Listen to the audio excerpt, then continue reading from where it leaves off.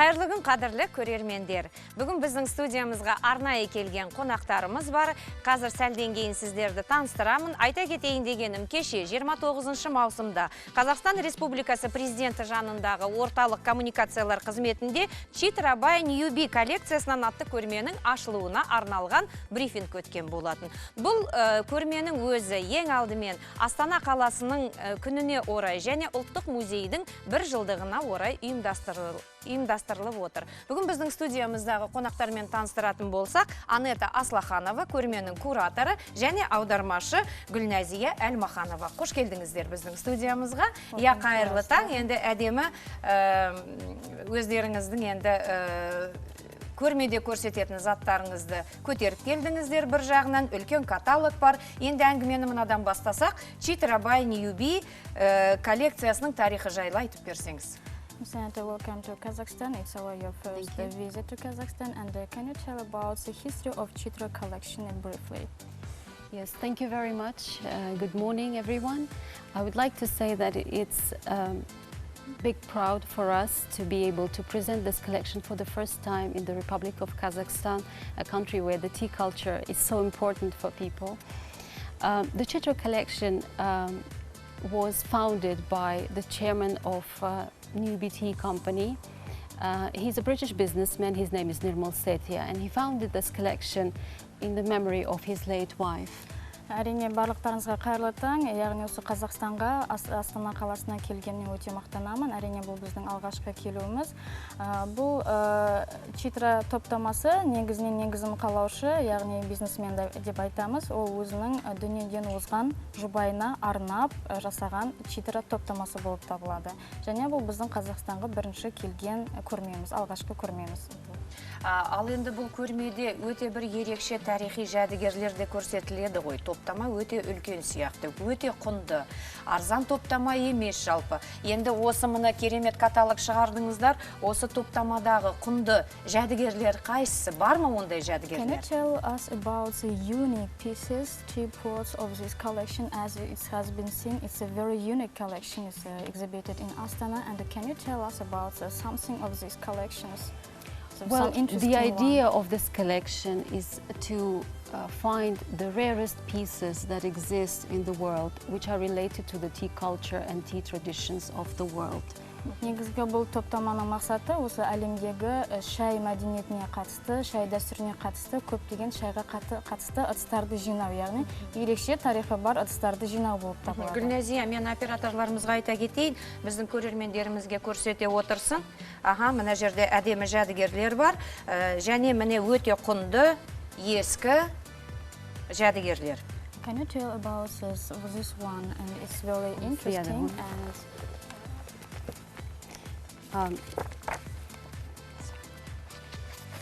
So some of the teapots are very rare. For example, these ones are the ones that you see here, are the Chinese teapots of the 17th and 18th century, which were made in China. And one of the masterpieces of the collection, which is the bloodstone teapot. Құнды жәдігерлер екені көрініп отыр. Әрине шынында да бірнеше ғасыр бойы сақталған. Олардың дизайны да жалпы енді түр сипаты да өте ерекше. And it has been seen from these catalogs that these are the very unique collections. And what can you say about this one? Well, I can say that these teapots are made by the great manufacturer in Germany, which is called Mausymın. Бұл ыдыс-аяқ негізі Германияда жасалған, яғни Mausymın атты жеке тұлған жасалған. Which was the first company in Germany to invent porcelain, because initially porcelain was a Chinese secret and nobody knew how to produce it in Europe. Өздеріңіз білетіндей, фарфор негізі Қытай елінде жасалған, және Европада қалай жасау керек екенін білмеген. Сол себепті бұл Германиядағы ең алғашқы, яғни осы фарфорды жасайтын завод болып саналады. Жалпы шай ішу дәстүрі, шайды беру мәдениеті әр елде әртүрлі. Әрине үнділерде, Қытайда, Жапондарда, кейіннен енді ағылшындар оны да жақсы иеленді ғой, шай енді шығыс елдерінен Европаға келді. Қазақтың дәстүрінде де шай беру дәстүрі өте ерекше. Енді басқа мемлекеттерде қалай екен? And as you know, the tea tradition in different countries are very different. For example, in India, China, Japan, and also in our country is also the different tea ceremonies and the traditions. And what can you say about the traditions of different countries? Well, I would like to say that tea first appeared in China thousands of years ago, and it spread all over the world from China, and every country developed its own tradition, as you said, and it's very different in every country. For example, in India, people drink tea with milk, pretty much like in Kazakhstan, but they boil it with spices. In Europe, the tradition to add milk in tea came because porcelain was so expensive and people were afraid that it will break. So they would add a little bit of milk to make the water cool down. Яғни өздеріңіз білетіндей, шай негізі Қытай елінен шыққанда бүкіл әлемге таралған болып саналады. Яғни әр елдің өзіне тән тарихы болып саналады. Мысалға Индияда, яғни шайды олар сүтпен ішкенді жақсы көреді, және ол шайға әртүрлі қоспалар қосады.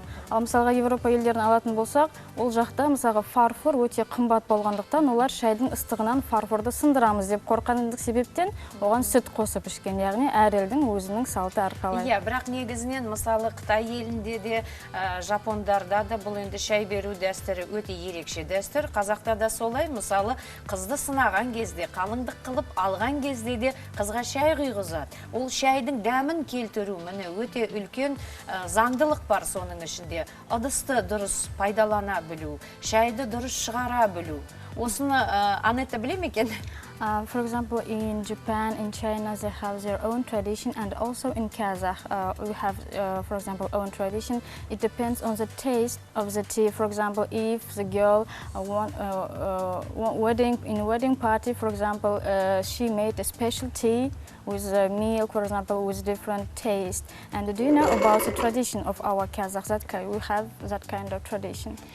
Well, I tried to read a little bit about Kazakh tradition of making tea, and I found out that you have a very interesting tea culture, which is a mixture of Chinese tradition on one side and the European and Russian traditions on the other side, which are all mixed together. And I find it very interesting because you're so close to China, and tea must have come here much earlier than to any part of the world. But I think because of the USSR past, you have had this tradition of making black teas as well. So I find it fascinating that in Kazakhstan you have adopted almost every tea tradition in the world. Яғни Қазақстанды осы келер кезде мен Қазақстандағы дәстүрді, рәсімді, шай ішу дәстүрін оқып таныстым. Сол кезде мен таң қалдым. Мысалға Қазақстанның географиялық орналасу жеріне байланысты, ол мысалға Европадан да алған, Ресейден де алған, яғни Қытайдан да алған. Яғни әртүрлі дәстүрді өзіне қалыптастыра білген осы үш жағын. Әрине, яғни бұл жақта... Енді біз Евразиялық орталықта тұрған мемлекеттің біріміз ғой. Also, of course, we are situated in the center of Eurasia. That's why all these traditions we completed in one. Енді әрине мен басқа жерде байқағам жоқ, бірақ қазақтың салтында шайды берген кезде міндетті түрде оң қолмен содан кейін келіп жатқан қонаққа ілтипат, сый ретінде көңілін білдіріп, мысалы арнайы береді. Бір қолын кеудесіне жақындатып, жүрегінің маңайына жақындатып, оң қолмен беру, ол енді шартты дүние. And for example, in Kazakh, for example, when we give a tea for someone who we respect, we give with the right hand. And the right hand, it's a sign of respect for them, and the second hand will be on near the heart. We show with it our respect for someone, respect for people. Ал енді шайдың егерде сапасына келетін болсақ, Chitra by Newby компаниясы бір жағынан шайды шығарады әрине, бірақ дегенмен, мысалы, көк шайды кей кездері біз кештетіп ішіп жатамыз, бірақ көк шайдың өзі де бұл сергітетін сусын емес пе? And as we know, the Chitra by Newby is also produced a tea. And what can you say about the green tea? Is it, for example, we drink a green tea, for example, in the evening. And is it true to drink a green tea in the evening? Well, tea is very much a drink that everyone can adjust to its own taste. Tea is a product of love. Tea is a product of Mother Nature. So for every person, there is tea that he will like. Яғни оның шай жай қарапайым шай ретінде қалмау керек. Шай ішкен кезде де ол бір сонда ілтипатпен, бір махаббатқа толы шайды ішу керек. Яғни соған байланысты да шайдың өзінің бір дәмдері болады дейді. Әрине бұл яғни кешкі уақытта ішкен өте пайдалы. And there are so many varieties of teas in today's world that everyone can find a different drink for different time of the day. So you can have stronger teas in the morning, you can have lighter teas in the evening that will relax. Яғни әр адам, яғни шайдың әр түрі болғанына байланысты, яғни қара шай деп те айтамыз, қою шай деп те айтамыз. Әр адам, яғни мысалға таңертең, түскі мезгілде, кешкі мезгілде әр түрлі қылып ішеді. Яғни мезгілдерге де байланысты ішу керек. Қазір енді кешке таман ішетін шайлардың ішінде кофеині ажыратылған шайлар да бар ғой. Енді ол да денсаулық үшін өте пайдалы болар. Бірақ енді әсіресе міне ағылшындардың шай беру дәстүрінде міне түстен кейін арнайы дұрыстап отырып шай ішу, бұл енді өте керемет жақсы қасиет. Жаңағы қазақтардың салтындағындай тамақты жеп алғаннан кейін емес, тамақты қымызбен басып, содан кейін асықпай дұрыстап түстен кейін шай ішу дәстүрі өте тамаша. Also in English people there is a special tradition in the afternoon tea. And it's a very unique tradition, I think. It's a very taste. For example, in Kazakh, for example, we eat and after eating we drink a kummus. It's our traditional drink. And after that, we, for example, in the evening we drink a tea. And also, it's a good tradition in England that to drink afternoon tea. And yes, tea is a drink that was initially invented almost like a medicine and it's very good for your health and it's very good for digestion. And that is why afternoon tea was actually invented, because in old times aristocracy would eat only twice a day and they had a very big gap between morning and evening. So they were starving and they wanted to eat something, and that is why afternoon tea was invented, so they could drink tea and eat something in between those big gaps. Негізі, яғни жаңағы шай ішкен кезде, мысалға ағылшындың жоғары шенді адамдары күні 2 мезгіл ғана ішкен. Соның арасында мысалға таңертең және түстен кейінгі шай. Яғни сол екі арада тамақ жеп те үлгерген. Сол себепті бестік шай оларда кәдімгі дәстүр ретінде нық қалыптасқан. Шынында да. Енді осы көрмеде шай әзірлеуден арнайы келген мамандар мастер-класс көрсете ме? And in the exhibition in Astana, will we show, in the frame of the exhibition, will we show some tea making master classes?